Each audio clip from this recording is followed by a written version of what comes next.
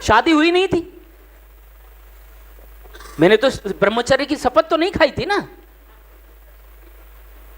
मैं भी ढूंढ रहा था, कोई मिले कोई मिले कोई मिले, क्या समस्या है। लेकिन उस समय माइंडसेट था, हर लड़की बहनों के अलावा मुझे गर्लफ्रेंड नजर आती थी।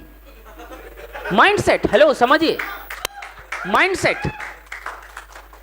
मेरा माइंडसेट बदलना आना चाहिए। लेकिन जब शादी हो गई तो फिर मुझे आज हर लड़की मेरी बहन नजर आती है। ये माइंडसेट है आज।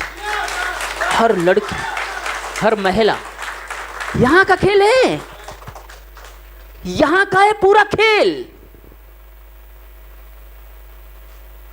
कितने लोग हैं जिनकी बहन है, हाथ खड़ा करो। लगभग सबके है ना, क्या तो खास या तो चचेरी। क्या वो जवान नहीं हुई? यहां का खेल है।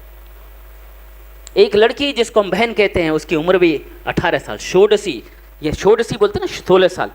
षोडशी यानी युवावस्था की पराकाष्ठा मानी जाती है। 16 साल, 16 से 18, 16वां सावन। एक 18 साल की युवती जो बिल्कुल यंग है, वो खड़ी है। एक दूसरी खड़ी है, एक बहन है एक नहीं है। दोनों की लंबाई समान है, दोनों के फिगर समान है, 36, 26, 36। यही है ना आइडियल फिगर जो बोला जाता है। दोनों के समान है, दोनों की रंग रूप अच्छे हैं दोनों के। लेकिन एक को देखकर हम अलग भाव में आते हैं, एक को देखकर क्यों नहीं आते? उसके पास भी तो स्तन है। क्षमा चाहता हूं बहने, मेरे पास है, मैं कुछ चीजें ऐसे ही समझाता हूं।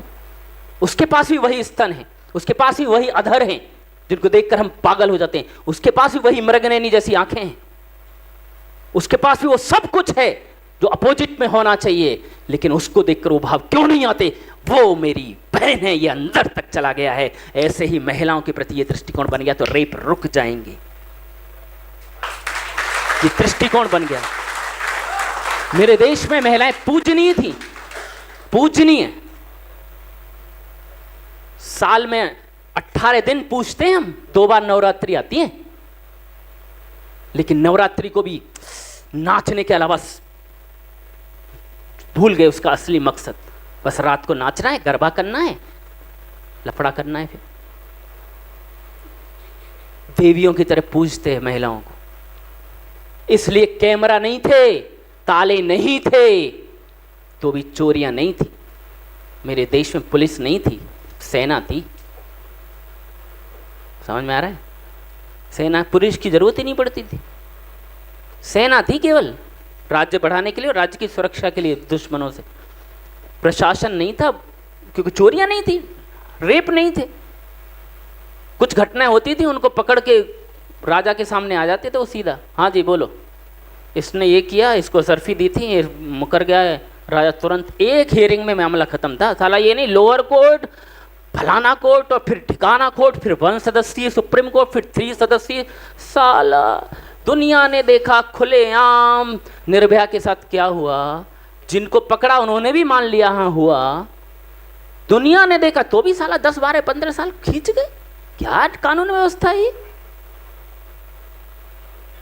पर जरूरत क्यों पड़ रही है? कचरा अंदर है, माइंडसेट। इसलिए माइंडसेट को बदलें। समृद्ध बनेंगे रियल एस्टेट इंडस्ट्री में और अच्छे सिस्टम में।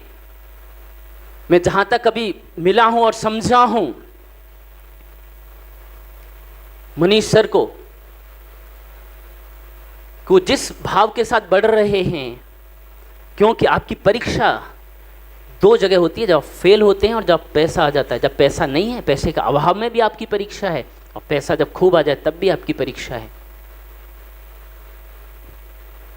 जब करोड़ों रुपए का टर्नओवर हर महीने हो रहा है, उस समय भी यदि आपका सीएमडी छोटी सी बोलेनो में चल रहा है, इसका मतलब पैसे की समझ है।